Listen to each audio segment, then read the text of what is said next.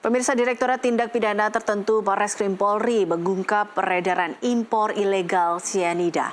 Sebanyak lebih dari 6.000 drum bahan kimia berbahaya sianida berhasil disita. Ditipit berhasil mengamankan 2 gudang penyimpanan impor sianida ilegal di kawasan industri Margobolio, Surabaya, dan Gempol, Pasuruan.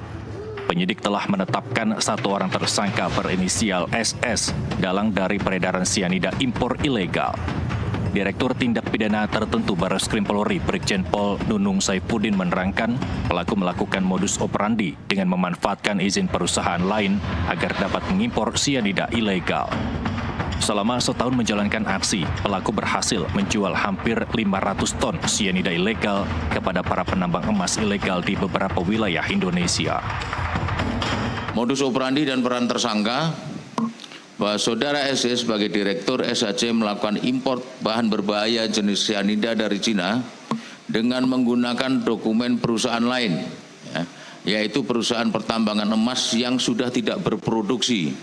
Selama kurang lebih 1 tahun, tersangka telah mengimpor kurang lebih 494,4 ton atau 9.888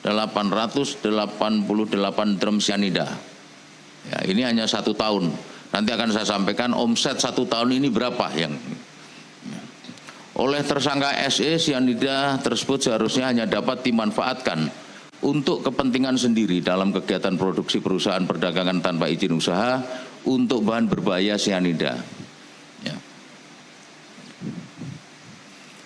Diduga para pihak yang membeli bahan berbahaya sianida dari tersangka SE adalah para penambang emas ilegal yang tersebar di beberapa wilayah di Indonesia, yang mana dalam pengirimannya dilakukan dengan melepas label merek pada drum agar menghilangkan jejak terhadap pendistribusian bahan berbahaya sianida yang tidak boleh diperdagangkan kembali. Brigjen Pol Nunung Saifuddin menegaskan Ditipit Barreskrim Polri akan terus mengembangkan potensi tersangka dalam mengungkap keseluruhan jaringan impor sianida ilegal. Pengembangan bukan hanya pada tahapan penjual, namun menelusuri hingga para pembeli serta pihak-pihak terafiliasi jaringan ini.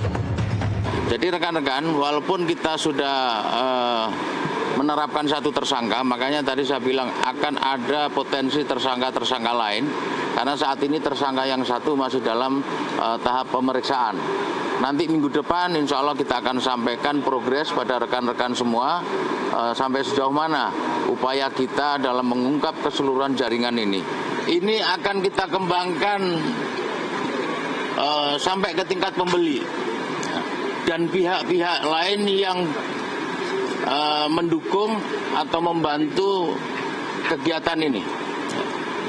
Ya, pihak-pihak itu bisa dari mana saja, termasuk nanti dari perusahaan-perusahaan yang dia sudah izin pertambangannya habis, kemudian dia digunakan untuk mengurus izin impor, ya, izin impor sianida ini.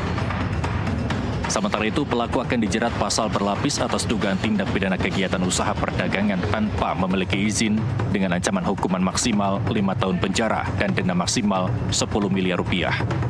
Dari Surabaya, Eber Hamzah, Indarmawan Hadade, Jurnalis NTV, melaporkan.